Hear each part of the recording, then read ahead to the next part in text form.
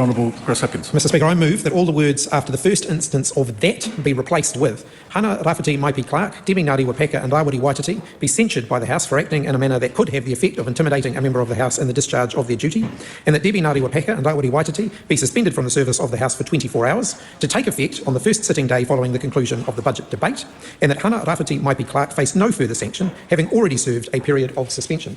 Mr Speaker, this is a serious matter.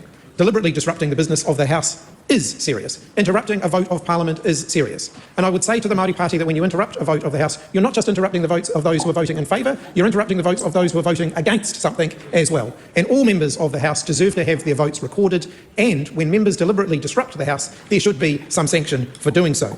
Mr Speaker, it is never okay to intimidate another member of the House, but the sanction being proposed by the Parliamentary Privileges Committee is totally out of line with existing parliamentary practice and is disproportionate to the allegations that have been posed. Mr Speaker, let's be clear about what the Māori Party are not being sanctioned for. They are not being sanctioned for doing a haka, because haka have been performed in this House and that is acceptable.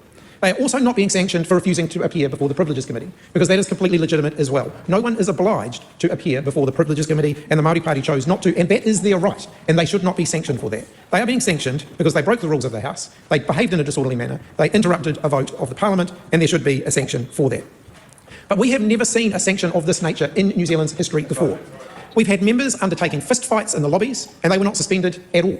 We've had members driving tractors and Land Rovers up the front steps of Parliament, and they were not sanctioned.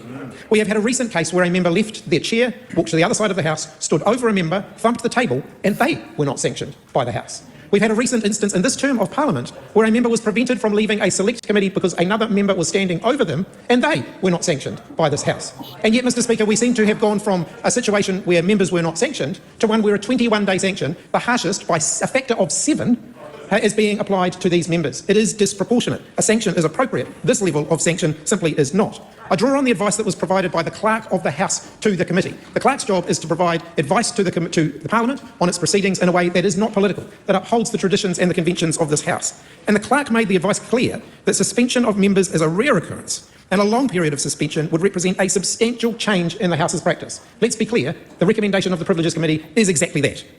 The Clerk further advised that the committee ought to recommend a long suspension only with the broad support of members, not simply a bare majority. That has not happened in this case. The Clerk also advised that the committee should clearly set out its rationale in arriving at the particular penalty so that a consistent approach could be followed in the future. I've read the report several times. There is no rationale. There is no criteria that could be followed in the future. This is an arbitrary number plucked out of thin air. How can that possibly stand in this Parliament? Why do we choose a 24-hour suspension? It's quite simple, Mr Speaker, because it's already in the standing orders. That's right. Had you as Speaker named those members at the time, given this is the first instance in which they had been named, they would have been suspended for 24 hours, as one of the members was. If they did it again, they'd be suspended for 7 days, and if they did it again, they'd be suspended for 28 days. Those are the existing rules of the House. The Privileges Committee is departing from the well-established practice of this House in its recommendations, and the sanction they are proposing is totally disproportionate. It is wrong and against the traditions of our democracy for a government to use its majority in Parliament to suspend and remove from the service of the people of New Zealand its political opponents. The reason the Clerk advised that the committee should seek near unanimity on this matter is because of exactly that. Other parliaments around the world have seen members of the opposition suspended by the government, and we in many cases have criticised them for doing that. What moral authority will we have to do that again in the future if this House engages in exactly the practice we've criticised other countries for doing? Mr Speaker, I am not defending the Māori Party, and I'm not saying that their actions should be without sanction. They should be. The motion that we have put forward would see them sanctioned in line with the previous practice of this House, and that would be appropriate. Departing from that and imposing the harshest sanction the New Zealand Parliament ever would have imposed would be wrong. Mr Speaker, I was absolutely shocked to learn that a member of the Privileges Committee asked about the committee's supposed power to imprison a member of the House. That happens in tin pot dictatorships and banana republics. No member of this House should be inquiring about whether they can imprison a member of their opposition. It is undemocratic and it is wrong, and the fact that the question was even asked is a stain on this House.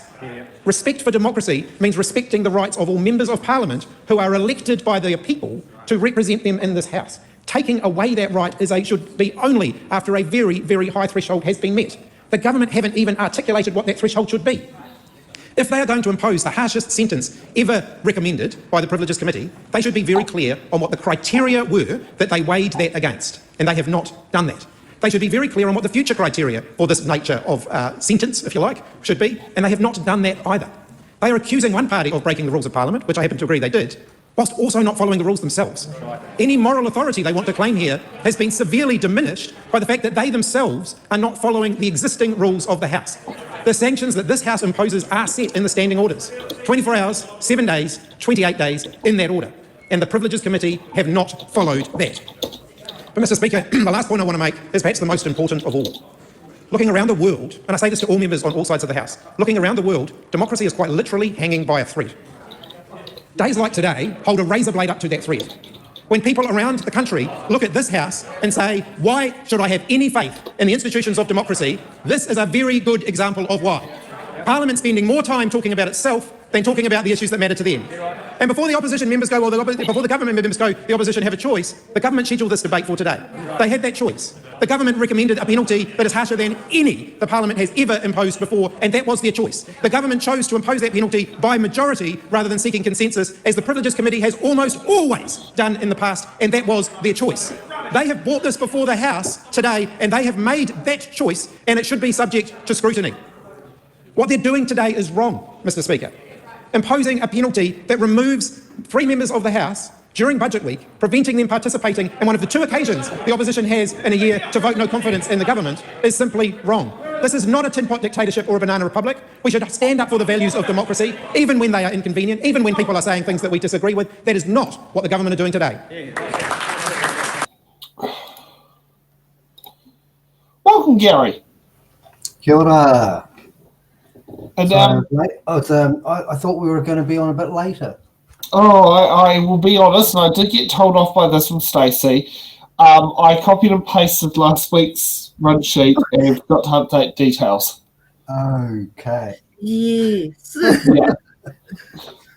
Right. Well, maybe I should have sent back a reply saying, yes, I'll be here at this time. And then you would have been able to correct it. Yeah, that's true. Yeah, because I would have just went forward, not thinking about it. Or, well, Stacey does like, oh, it's only internal at the moment, but then and then you became external to the weekly thread. Okay. Well, anyway, I'm fed. My cats are fed, so let's go. Oh, very good. Yeah. I think Ray is feeding the cats here at the moment. It's about their dinner give time. was it Tigger his injections? Yes. Joys of having a diabetic cat. But okay, jumping. Ooh, okay. Did anybody else see the camera switch to Judith? And she is sitting there nodding her head in agreement that the Privileges Committee broke protocol. Well, broke a standing convention. It's the first time that they've done this, and it's the second time in New Zealand's history of Parliament since the 1860s that the Privileges Committee has actually, not gone with a unanimous decision. And the one time they didn't go with a unanimous decision was when New Zealand first abstained when it was a decision over Winston Peters back in 2008. Oh, wow. But that wasn't a slim majority. That was a major majority with